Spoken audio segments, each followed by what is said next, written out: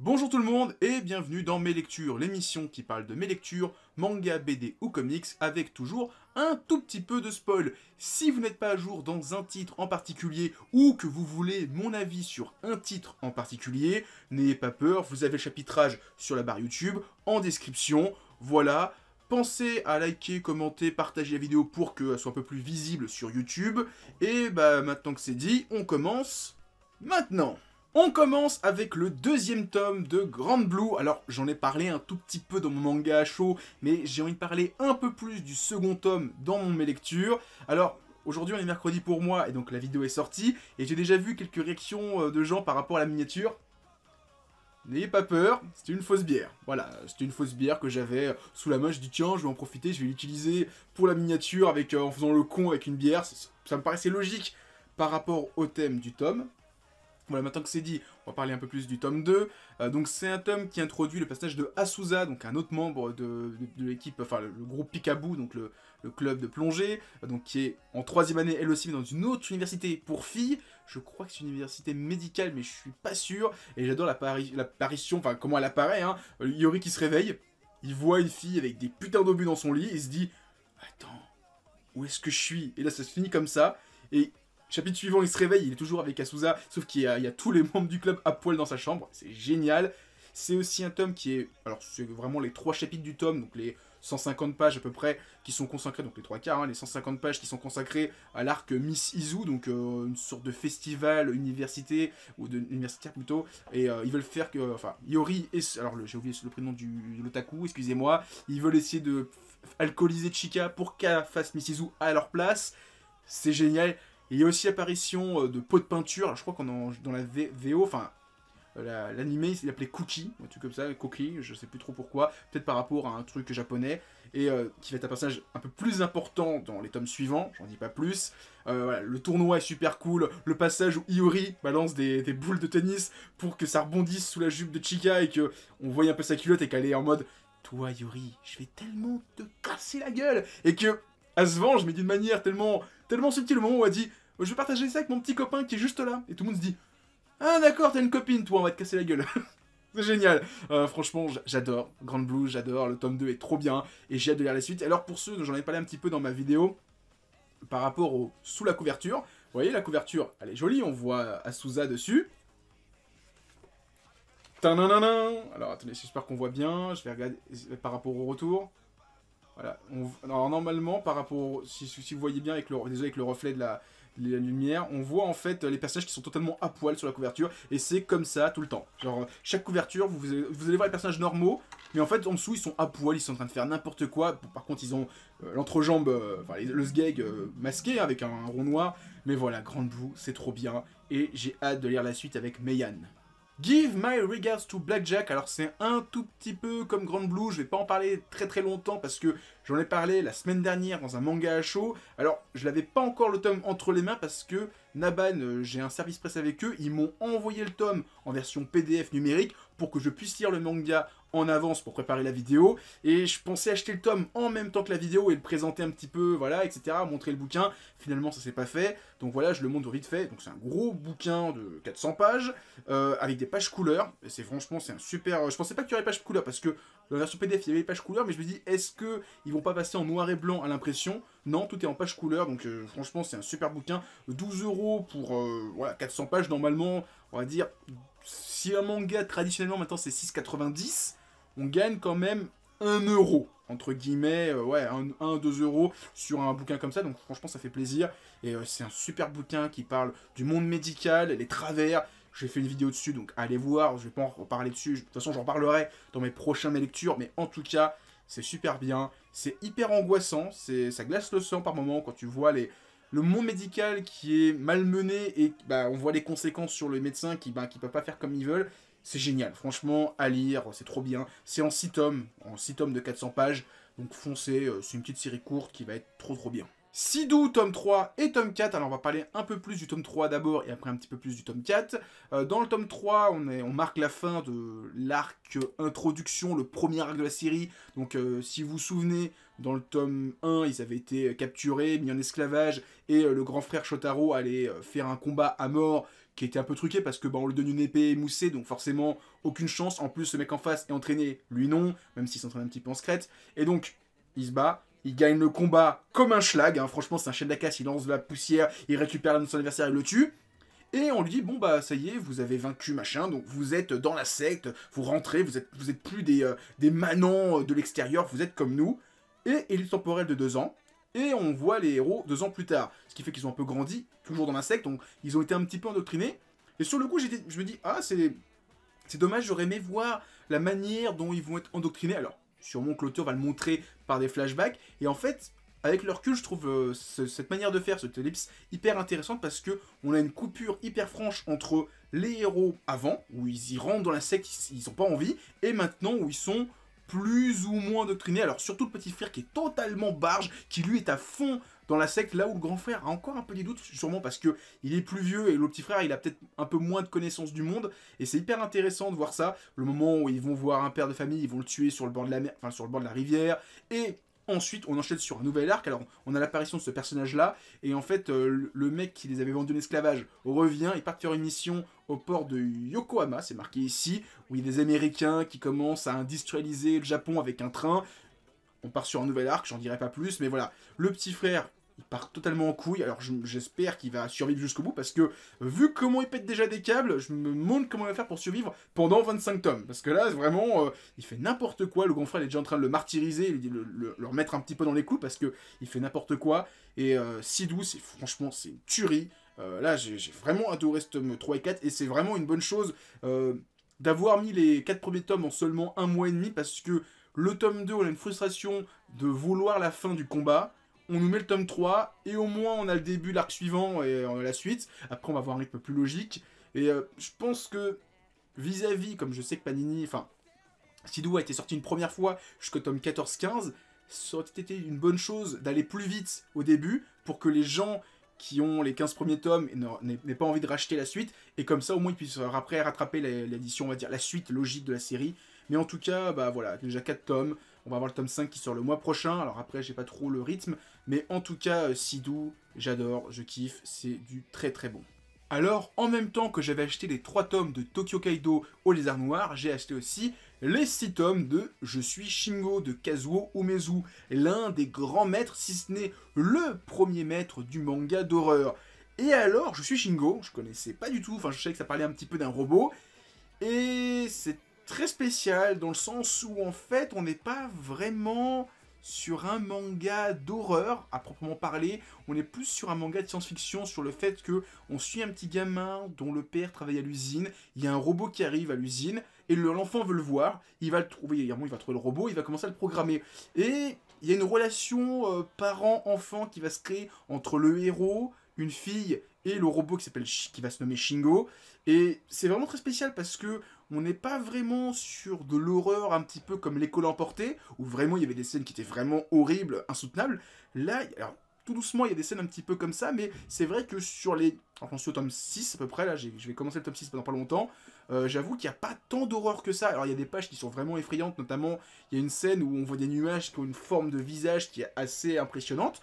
Mais c'est vrai que sur 4-5 tomes, il y a quelques passages un petit peu horrifiques, mais le reste du temps, c'est plus de la science-fiction. Alors peut-être que c'est un manga de science-fiction et que c'est pas vraiment un manga d'horreur, mais c'est vrai que c'est très particulier. Je pensais vraiment voir un manga très très sombre, très horrible, assez insoutenable où les enfants, alors ça allait se faire torturer par un robot. Finalement, alors il y a des scènes où les enfants se font martyriser par le robot, mais c'est vrai que c'est pas aussi omniprésent que L'école emportée, où vraiment L'école emportée, c'est dur à lire. Hein. Vraiment, il y a des passages où je me dis, mais waouh, calme-toi l'auteur, laissez un peu souffler ces petits enfants. Là, c'est plus gentil. Voilà, il y a des passages quand même assez hard. Et il y a un petit côté, entre grosses énormes guillemets, hein, un petit côté Prométhée, le Prométhée moderne, Frankenstein, hein, ou la créature de Frankenstein, vu que Frankenstein c'est le nom de son créateur et non la créature. Tout le monde dit Frankenstein alors que c'est faux. Moi-même, j'ai lu mes petits cours de français, où on appelle aussi ça le Prométhée moderne, parce que c'est la première, le Prométhée a créé l'homme à son image dans la mythologie grecque. Si vous vous souvenez vos cours de grec et mythologie grecque. Voilà, il y avait un petit côté comme ça, dans le fait que l'enfant et donc sa copine donc les deux personnages principaux, programment le robot et il lui donne des informations. Tiens, moi je suis telle personne, elle c'est telle personne, on s'aime, tu seras notre enfant, etc. Alors les passages où donc le robot qui s'appelle Shingo se matérialise en tant qu'enfant, c'est... Waouh, c'est assez bizarre.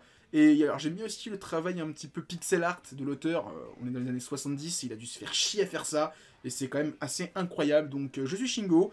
C'est des gros pavés de 400 pages, mais c'est super bien. J'en reparlerai peut-être plus tard, peut-être que je referai une vidéo sur la fin dans quelques semaines, quand j'aurai fini. Mais en tout cas, moi j'ai bien kiffé. Bon, c'est des gros pavés, faut se les fader, mais ça se lit super vite. Là où j'avais trouvé ces one-shot, Orochi ou La Femme Serpent, un peu moins digeste, j'avais un peu plus de mal à avancer. Là, j'avoue que les 4-5 tomes, je les ai enchaînés à une vitesse, ça se lit super bien. Elle, Paradise, tome 11, alors j'ai pas eu le temps d'en parler parce qu'il n'y avait pas de tomes qui sont sortis jusqu'à présent. Elle, Paradise, c'est terminé au Japon, il y aura 14 tomes, donc il reste plus que 3 tomes. Alors comme je le disais depuis 2-3 vidéos, depuis que j'en parlais, comme j'ai commencé au tome 9, ça se sentait qu'on approchait de la fin, que le manga allait pas s'éterniser, que je pensais pas que l'auteur allait relancer un nouvel arc. Finalement j'avais raison, ça se voyait en fait par rapport au déroulement qu'il y allait avoir une fin d'arc. Est-ce qu'une fin de série, je disais bah vu comment est l'histoire de base, ça serait bizarre de relancer sur autre chose.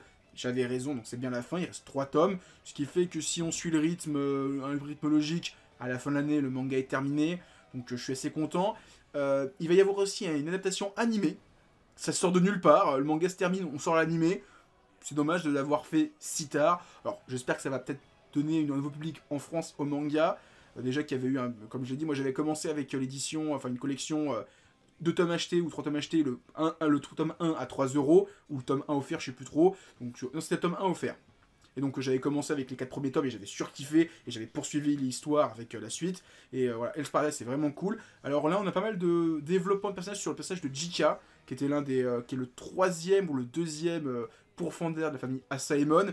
Il y a toute une histoire sur lui autour, ouais, il est arrivé alcoolisé, ouais, il a vendu son sabre, ouais, c'est pas un vrai samouraï. Et en fait, on t'explique que... Et en fait, c'est un super samouraï. Le mec, il se bat même pas avec un katana, il se bat avec un... Alors, vous savez, c'est... Alors, je sais plus quel nom ça a. C'est les sabres plus courts. Vous savez, souvent, les samouraïs, ils ont 2 épées. Ils ont le katana classique. Et ils ont un katana plus petit, qui est un couteau, qui leur sert à faire seppuku. Et lui, il décapite les gens avec ça. Tu te dis, mais c'est un taré. Et en fait, il est super fort. Il y a pas mal de combats là-dessus. Il y a aussi encore un autre ninja qui apparaît. Alors, j'ai oublié son nom. Qui affronte le héros. J'ai un peu moins aimé. J'avoue que toute l'histoire autour de JK était vraiment cool. Après, j'ai un peu moins de souvenirs sur toute la baston. Après, c'est vrai que c'est un peu confus au niveau de la baston, les ninjas, etc. Où il reste 3 tomes. Peut-être que je me relirai la série pour la fin. Mais en tout cas, Hell's Paradise, je vous conseille. C'est un très bon titre.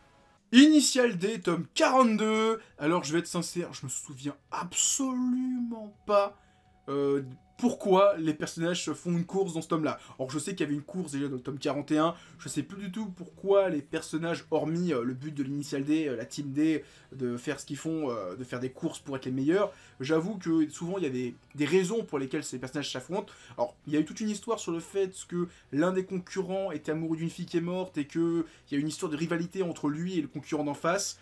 Les scènes des potes, hein, alors, honnêtement, sans mentir, il y a quasiment... facile 100 pages de course. Voilà, c'est quasiment 100 pages de course où il y a plein de pages entières où tu vois juste 2 voitures, il n'y a pas de dialogue, il y a des enchaînements de cases, de pages où il n'y a pas de dialogue, c'est juste des courses. Et quand les personnages discutent en disant ouais, c'est à cause de toi qu'elle est morte, ouais, c'est à cause de toi qu'elle est morte, et l'autre il dit non, mais en fait elle est pas morte à cause de moi, et qu'ils se parlent à travers leur véhicule avec le mec, ils se parlent même pas vraiment, c'est juste à travers leur pensée. Je trouve ça super cool, c'est vraiment un truc qui me fait kiffer Initial D. Et alors ensuite on revient un petit peu comme Hippo où entre chaque gros combat on a une phase tranche de vie. Là où j'avais dit un petit peu l'année dernière quand j'avais commencé le manga que je trouvais dans l'animé les phases tranche de vie très chiantes. Dans le manga j'ai trouvé ça beaucoup mieux et en fait depuis quelques tomes en fait Takumi sort plus avec sa copine Tepu du début du manga mais avec une nouvelle fille qui est plus jeune que lui en plus, qui fait du golf. Et je trouve les passages où Takumi s'intéresse au golf et sort avec sa copine, super bien. Là, tout le passage où Takumi fait du golf, qu'il n'y arrive pas et que sa copine lui explique comment il faut faire, etc. Et qu'à un moment, il y a une scène où elle dit « Attends, je veux juste tirer une balle. » Et elle tire une balle et le héros dit « Arrête, t'es en jupe, là j'ai tout vu. Tu vas te calmer. » C'est trop bien. Et J'aimerais tellement un spin-off sur ce personnage-là. Voilà, j'aimerais tellement un spin-off centré sur le golf avec ce personnage-là en personnage principal. Honnêtement, l'auteur, il m'a donné envie de lire un manga sur le golf, de m'intéresser au golf, en seulement quelques petits passages, tranches de vie entre deux passages de drift. C'est génial, voilà, c'est génial. Initial D, si l'auteur fait un manga sur le golf, j'achète direct. Alors, c'est sûr que c'est pas du tout vendeur. Mais moi, la manière dont il me l'a montré dans ce manga, déjà, je suis tout dingue. Alors, vivement la suite. Si pour info, ceux qui savent pas, il y a 48 tomes, on est au tome 42, donc il reste plus que 6 tomes. J'espère que Kazé va accélérer un petit peu la cadence, j'aimerais bien que le manga se termine vraiment rapidement en France. J'ai pas envie de poursuivre pendant 6 ans la série, je sais qu'il y a un rythme assez lent, il y a quasiment un tome ou deux par an, mais à 6 tomes de la fin, s'il vous plaît, passez la seconde là, au bout d'un moment. Made in Abyss tome 9, alors ça fait quelques tomes où j'ai très peu de souvenirs de ce qui se passe avant, ce qui fait que ma lecture du tome du moment, bah je lis le truc, mais bah je comprends pas trop qui est qui, surtout il y a un personnage qui est très important, c'est celui qu'on voit sur le dos et qui est sur le rabat, Faputa, qui est apparu depuis un tome ou deux, et j'avoue que j'arrive pas à me souvenir de c'est qui. Et à chaque fois, comme il est très elle est très centrale à l'intrigue, bah je suis en train de me dire, ouais mais t'es qui en fait? Parce que là, j'avoue que je suis totalement perdu et je comprends rien à ce qui se passe. Surtout qu'en plus, ce personnage-là pète un câble, il y a un gros combat avec lui et Reimu. Et je suis... Ouais, mais c'est qui? Qu'est-ce qu'elle veut? Je comprends plus. Et il faudrait peut-être que je me relise au moins ce qui se passe après l'animé, parce que j'avoue que j'ai... Autant les 12 épisodes de l'animé, je les ai vus une fois, je les ai relus en manga, c'est assez clair. Autant ce qui se passe après... J'ai un peu moins de souvenirs, c'est un peu moins clair dans ma tête, et il faudra peut-être que je relise au moins les 3-4 derniers tomes pour me rafraîchir la mémoire, mais en tout cas, Made in Abyss, c'est toujours aussi cool. Alors au moins, ce qui est bien depuis quelques tomes, c'est que les rabats sont un peu plus tout public, parce que jusqu'à présent, c'était quand même des trucs assez malsains, voilà, moi j'aime bien Made in Abyss, c'est vraiment cool. Et bon, par contre, c'est vrai qu'on a un rythme depuis quelques temps, un rythme de publication assez... moyen, alors je sais que c'est par rapport au Japon, hein, c'est pas à cause de Ototo, hein. Au Japon on est vraiment très proche des Japonais, ce qui fait que ben, s'il y a un tome tous les 6 mois, ben, en France il y aura un tome tous les 6 mois aussi, hein, point barre, c'est QFD, mais voilà, moi j'aime bien Made in Abyss, et peut-être que bah, j'ai profité pour relire les 9 tomes, pour me remettre bien dans le bain, quand le tome 10 va être annoncé, comme ça au moins je serai assez frais dans ma tête pour me dire ouais j'ai trop kiffé, parce que ça, là j'avoue que il y a des planches super cool, enfin Puta il pète un câble, il y a un combat, une histoire aussi de prince... Je comprends plus rien, voilà, c'est le problème. J'adore les planches, il y a des trucs super dingues, mais à côté de ça, l'histoire, je la comprends pas. C'est un peu dommage, mais voilà, Made in Abyss, je sais pas si la saison 2 a été annoncée, mais j'ai hâte que ça soit adapté en animé pour me revoir ça, et surtout, l'animé c'est quand même une putain de pépite. Cobra The Space Pirate tome 8, Blue Rose. Isan Manga revient en force en 2021 avec plein de choses. Alors déjà, on a le retour de Cobra The Space Pirate, l'édition couleur de Cobra avec donc des gros bouquins, comme d'habitude chez Isan, en couleur. Alors c'est pas eux qui colorisent, c'est l'auteur qui dans les années 90 a voulu recoloriser certaines de ses aventures et créer des histoires inédites en couleur. Celui-ci, c'est une histoire inédite en couleur. Alors, ils reviennent avec le tome 8, mais on va voir le tome 9 et 10 qui vont sortir au cours de l'année, et à la fin du tome, on nous annonce aussi le tome 11, qui sortira en décembre 2021, ce qui fait qu'on a au moins 4 tomes.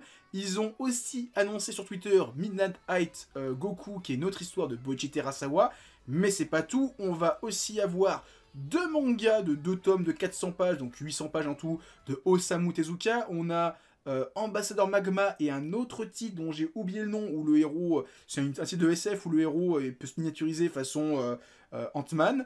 Voilà, c'est tout ce que je voulais dire. Non, c'est pas tout ce que je voulais dire.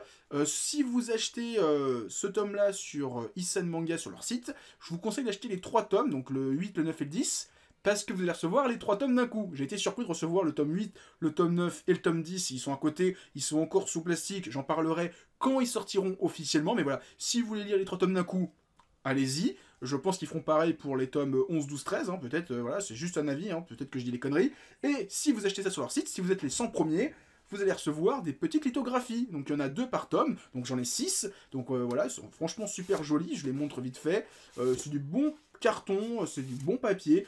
J'adore celle-ci. Voilà, franchement, elle est super belle. C'est vraiment peut-être une de mes préférées. Ça, celle-ci, je pense que je l'encadrerai un de ces 4 chez moi. Celle-là aussi est vraiment pas mal. Bon, j'aime bien les filles avec des fesses à l'air, hein, voilà, c'est un petit peu mes goûts personnels. Il y en a 2 par tome, donc voilà, franchement c'est super cool. Issei, ils font vraiment du bon taf. Voilà, comme je vous dis, achetez peut-être les tomes sur leur site, déjà ça leur fera un peu plus de sous pour eux et pas pour les libraires, même si c'est un peu méchant pour les libraires. Et surtout que vous recevrez les 3 tomes d'un coup. Peut-être sûrement la même chose pour Ambassadeur Magma, parce qu'ils ont un pack, le tome 1 et 2. Et vu que le tome 1 sort en mois de mai et le tome 2 plus tard, on aura peut-être les 2 tomes d'un coup. Donc voilà, c'est super cool. Après, qu'est-ce que j'ai pensé de ce titre? Enfin, de ce tome-là, il est sympathique. C'est pas ma histoire préférée de Cobra. Alors après, j'ai plus tous les contextes avec les personnages, mais ça met en le personnage de Secret Saunders, qui est pour moi l'une des... Alors si je dis pas de bêtises, c'est les sœurs Saunders, donc c'est l'histoire du papillon, qui est l'une des premières histoires de Cobra, donc avec les 3 sœurs qui ont un tatouage dans le dos. Ça date un petit peu, j'avoue que l'histoire, j'ai pas été...